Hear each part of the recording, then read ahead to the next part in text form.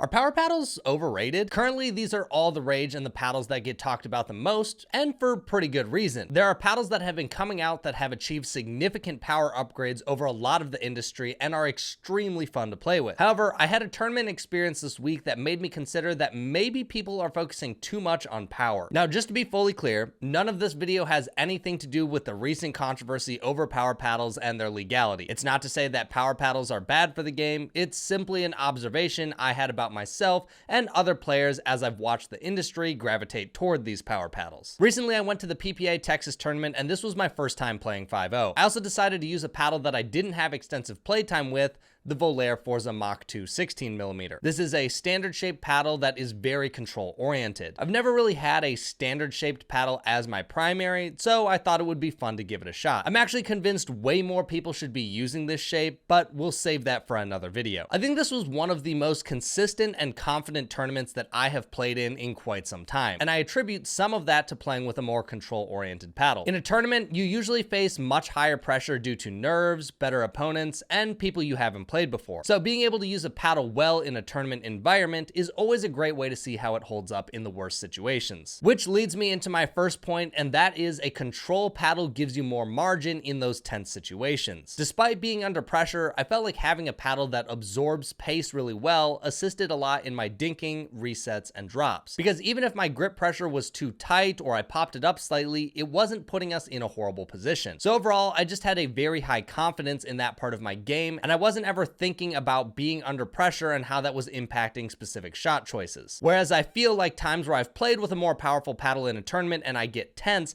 I'm starting to think a lot about the paddle or that I need to drive the ball more because I'm not confident in being able to drop or dink. I've also watched this happen twice now with the Gen 3 Yolas and Gearbox Pro Powers. Everyone is so excited about how hard it hits, and the first week they go, I have no issues resetting with this. This is totally fine.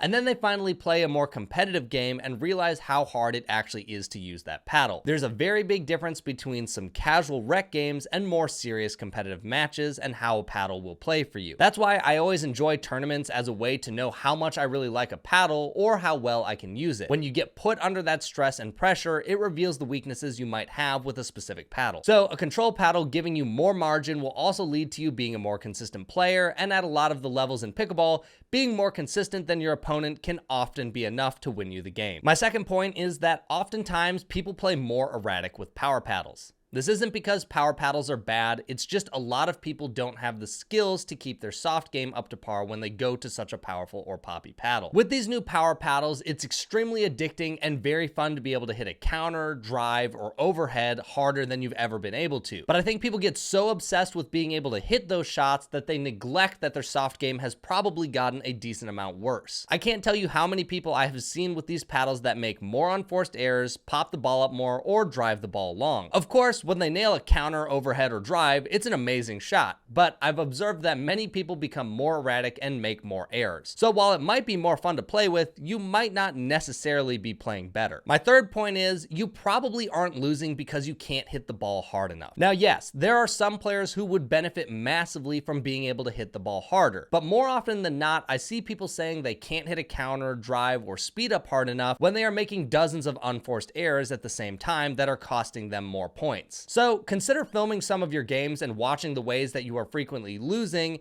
and how you enjoy playing the game. With how many dinks, mid-court resets, and blocks people are hitting throughout a match, I find that a paddle that could assist in that realm would be more beneficial for players than one that improves their drives, counters, and speed-ups. So there are three of my reasons why I think players would benefit from using a more control-oriented paddle. Now I'm going to give you just a few counter arguments or exceptions against what I just said. If you are just playing pickleball to have fun and you don't care about improving or playing tournaments, then heck, play the game with whichever paddle makes the game most fun for you. But these aren't the group of people that I'm talking to in this video. Number two, if you know you're a banger, have great hands, great drives, and are okay with the trade-offs of your soft game, then again, that's totally fine. You're understanding the trade-off of your soft game being worse, and you're okay with it. Now, the third really big exception is if you live in a really hot climate like Florida and you play with a soft ball like the Franklin X40. When I went to the US Open this year, I had to play the Franklin, and I could not believe how slow the pace of the game was. It made my 11.624 Huarache X feel like a complete control paddle. Even using a Gen 3 Hyperion 14mm didn't feel that difficult to use in those conditions. At worst, I would say it was like using an all-court paddle. The conditions and ball you play with can certainly influence how hard it is to use a certain paddle. Playing in a climate that is 50 degrees with a Dura and a gearbox are going to be significantly different than a Franklin in Florida, while it's 100 degrees with that same gearbox. So consider the climate you are in and know that it might not be as hard to use some of those power paddles if you live in a hotter climate. I myself live in Minnesota and it doesn't get nearly as hot as Florida or Arizona. So a power paddle that might be hard for me to use here probably isn't that bad in Florida or Arizona. Now I know, there's probably someone who's already going to the comments to tell me, but dude, all of the pros play with power paddles. None of them want control paddles. And I hate to break it to you guys, but we as amateurs are not pros. What the pros can get away with and what the amateurs can get away with are completely different things. The margins for a pro winning or losing are becoming more and more slim every single day.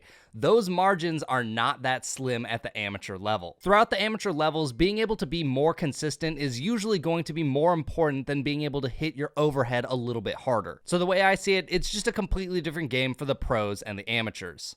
And let's be real, even a low-level pro is going to beat a 5-0 player or below with the softest paddle you could give them. Now look, I'm not saying power paddles don't have a place in pickleball or that no one plays better with them. I don't believe that at all. I think they have their place, and in fact, I think they are way more fun to play with than a control paddle. However, more fun doesn't necessarily mean you're actually playing better. There seems to be a common thought where people think they can't hit the control paddle hard enough, and I really don't think that's the case for a high percentage of players. Even myself, I've always felt like I can't hit my overheads or counters hard enough.